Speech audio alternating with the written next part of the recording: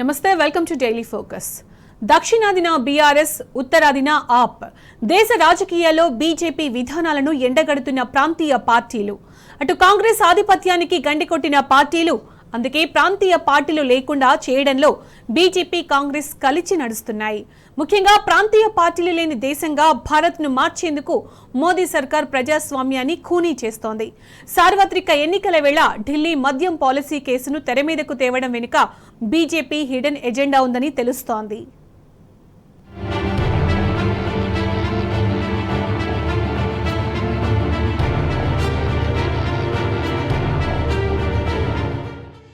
భారతదేశం ప్రపంచంలోనే అతిపెద్ద ప్రజాస్వామ్య దేశం. ప్రపంచంలోనే అతిపెద్ద లిఖిత రాజ్యాంగం భారత్ సొంతం. ఏ దేశానికి లేని విధంగా పరిస్థితులకు అనుకూలంగా రాజ్యాంగ మూల సూత్రం మారకుండా సవరణలు చేసే అద్భుత అవకాశం భారత రాజ్యాంగానికే సొంతం. అంత గొప్ప రాజ్యాంగానికి ఇప్పుడు ముప్పు ఏర్పడింది. రెండు జాతీయ పార్టీలు బీజేపీ, కాంగ్రెస్ మధ్య జరుగుతున్న ఆధిపత్య పోరులో రాజ్యాంగం ఉనికి ప్రశ్నార్థకంగా మారింది. రెండు జాతీయ పార్టీలు కలిసి దేశంలో ప్రతిపక్షాలను నిర్వీర్యం చేస్తున్నాయి. ప్రాంతీయ పార్టీలతో దేశంపై తమ ఆధిపత్యం కోల్పోతున్నామని భావిస్తున్నాయి. ప్రాంతీయ పార్టీలు లేకుండా చేయాలనే రహస్య ఎజెండాతో ముందుకు సాగుతున్నాయి.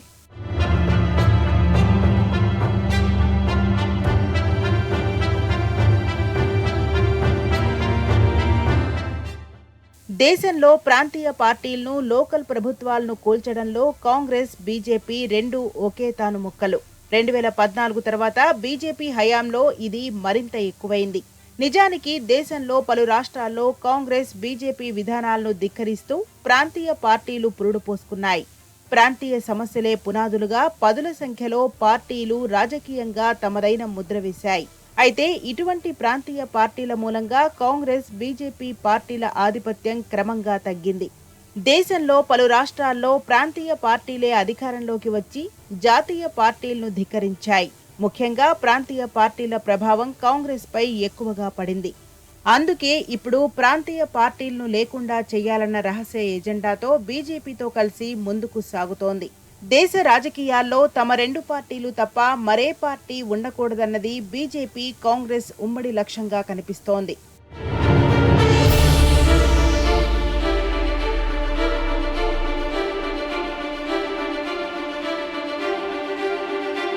దేశంలో ప్రజా హక్కులను హరించడంలో, ప్రజాస్వామ్య వ్యవస్థలను నిర్వీర్యం చేయటంలో బీజేపీ, కాంగ్రెస్ అన్నదమ్ముల్లా కలిసి నడుస్తున్నాయి. రాజ్యాంగాన్ని నడిబజారులో నిలబెట్టడంలో పోటీ పడుతున్నాయి.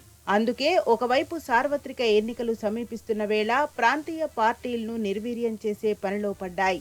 కేంద్రంలో అధికారంలో ఉన్న బీజేపీ దర్యాప్తు సంస్థలను ప్రాంతీయ పార్టీలపైకి ఉసిగొల్పుతోంది. ఈడీ, సిబిఐ, ఐటీ వంటి విచారణా సంస్థలను బీజేపీ తన జేబు సంస్థలుగా మార్చుకున్నది. తనకు నచ్చని పార్టీల నేతలను, తమ ప్రభుత్వ విధానాలను విమర్శిస్తున్న వారిపై దాడులు చేయిస్తున్నది. అక్రమ కేసులు బనాయిస్తూ విచారణ పేరుతో ఇబ్బంది పెడుతున్నది. అయినా సరే తమ దారికి రాని వారిని జైలుకు పంపిస్తూ ప్రజాస్వామ్యాన్ని ఖూనీ చేస్తున్నది మోడీ సర్కార్. ఢిల్లీ లిక్కర్ కేసు ఇందుకు తాజా ఉదాహరణగా నిలుస్తోంది.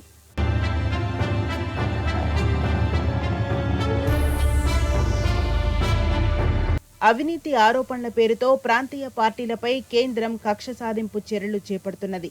ఉత్తరాదిన ఎదుగుతున్న ఆప్, దక్షిణాదిన ప్రభావవంతమైన బీఆర్ఎస్ పార్టీలను టార్గెట్ చేసింది. అందుకే ఢిల్లీ లిక్కర్ స్కామ్ ను తెరమీదకు తెచ్చింది. రాజకీయంగా ఆప్ బీఆర్ఎస్ ను ఎదుర్కొనే దమ్ములేక ఐటీ, సిబిఐ, ఈడీలను రంగంలోకి దించింది. ఢిల్లీలో ఆప్, తెలంగాణలో బీఆర్ఎస్ పార్టీలు బీజేపీ మతోన్మాద ఎజెండాను ధిక్కరిస్తున్నాయి. జాతీయ పార్టీ అయిన కాంగ్రెస్ విస్మరించిన ప్రతిపక్ష పార్టీ బాధ్యతను ఈ రెండు పార్టీలు ఎత్తుకున్నాయి. సౌత్ లో కేసీఆర్, బీజేపీ విధానాలను ఎండగడుతూ మోడీ సర్కార్కు కొరకరాని కొయ్యలుగా మారారు.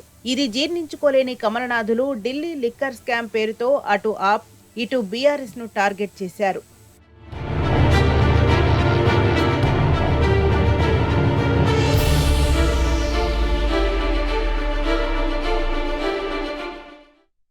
దేశవ్యాప్తంగా ఎన్నో ప్రాంతీయ పార్టీలు ఉన్నప్పటికీ ముఖ్యంగా ఆప్, బీఆర్ఎస్ నే బీజేపీ ఎందుకు టార్గెట్ చేసింది?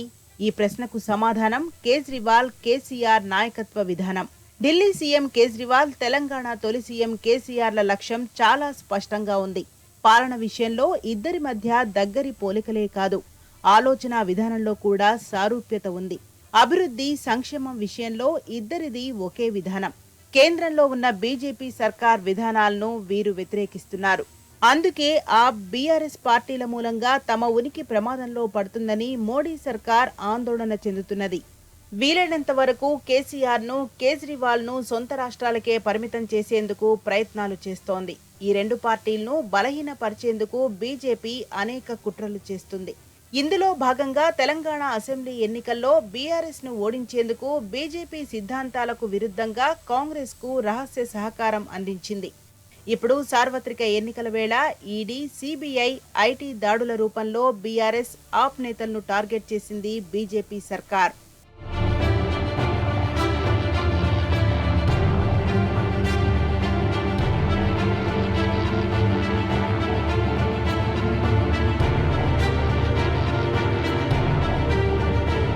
దేశంలో ఎక్కడా లేని విధంగా సంక్షేమ పథకాలు, అభివృద్ధి కార్యక్రమాలు తెలంగాణ, ఢిల్లీలో జరిగాయి. మొదటి నుంచి కార్పొరేట్ కంపెనీలకు కొమ్ము కాస్తున్న మోడీ షాలకు ఇది నచ్చటం లేదు. దేశ భవిష్యత్తును కార్పొరేట్ కంపెనీలకు తాకట్టు పెడుతోన్న బీజేపీ విధానాలను కేసీఆర్, కేజ్రీవాల్ వ్యతిరేకించారు. అందుకే ప్రధానంగా ఈ ఇద్దరి నేతలను బీజేపీ టార్గెట్ చేసినట్టు స్పష్టంగా తెలుస్తోంది. ఢిల్లీ లిక్కర్ స్కామ్ వెనుక దేశాన్ని వినాశనం చేయాలన్న హిడెన్ ఎజెండాను కమలనాథులు అమలు చేస్తున్నారు. ఎమ్మెల్సీ కవిత, ఢిల్లీ సీఎం అరవింద్ కేజ్రీవాల్, సోరెన్ అరెస్టులు, సత్యేంద్ర జైన్, సిసోడియాపై దాడులను వ్యవస్థలపై దాడిగా మేధావులు చెబుతున్నారు.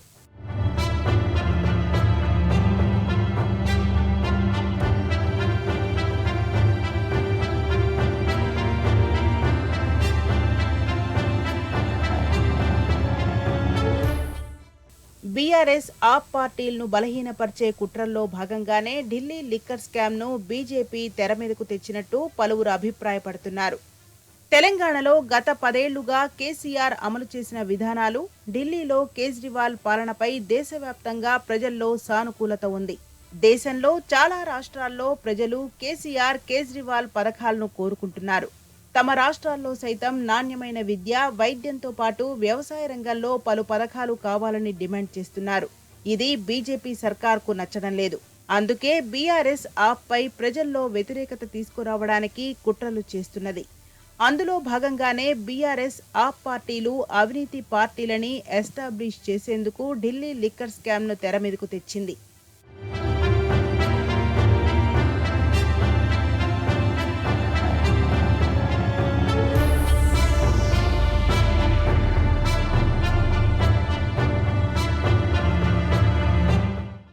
ఆప్, బీఆర్ఎస్ పార్టీలే టార్గెట్ గా తెర మీదకు వచ్చిన ఢిల్లీ లిక్కర్ పాలసీ కేసుపై దేశవ్యాప్తంగా పలు అనుమానాలకు తావిస్తోంది. దేశంలో అదానీ, నీరవ్ మోడీ, విజయ్ మాల్యా సహా 100కు పైగా గుజరాతీలు ఆర్థిక నేరాలకు పాల్పడ్డారు. వీరంతా మోడీ సర్కార్ హయాంలో దేశం దాటిపోయారు.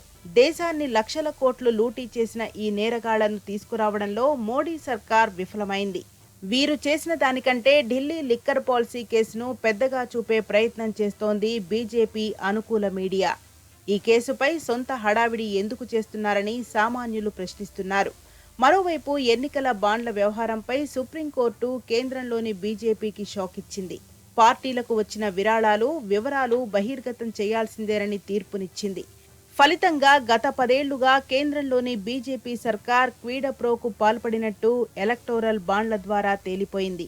అయితే సార్వత్రిక ఎన్నికలకు ముందు ఎన్నికల బాండ్లపై చర్చ జరగకుండా తెలివిగా లిక్కర్ స్కామ్ను తెర మీదకు తీసుకొచ్చింది. ఒకవైపు సుప్రీంకోర్టులో ఎమ్మెల్సీ కవిత పిటిషన్ విచారణలో ఉండగానే ఆమెను అక్రమంగా అరెస్ట్ చేశారు. ఢిల్లీ సీఎం అరవింద్ కేజ్రీవాల్ను సైతం అరెస్టు చేయబోమని, కేవలం విచారణకు పిలుస్తామని కోర్టుకు చెప్పిన ఈడీ మాట మార్చింది. రాత్రికి రాత్రే కేజ్రీవాల్ను అరెస్ట్ చేశారు.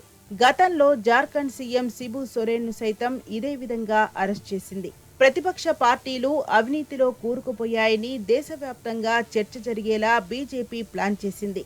ముఖ్యంగా ఆ బీఆర్ఎస్ పార్టీలనే మోడీ సర్కార్ టార్గెట్ చేసింది. ప్రాంతీయ పార్టీలు అవినీతిలో కూరుకుపోయాయని ప్రజల్లో అవాస్తవాలను ప్రచారం చేస్తున్నది బీజేపీ మీడియా. వచ్చే పార్లమెంట్ ఎన్నికల్లో ప్రాంతీయ పార్టీలను ఓడించేందుకు ప్రాపగాండను అస్త్రంగా మార్చుకున్నది.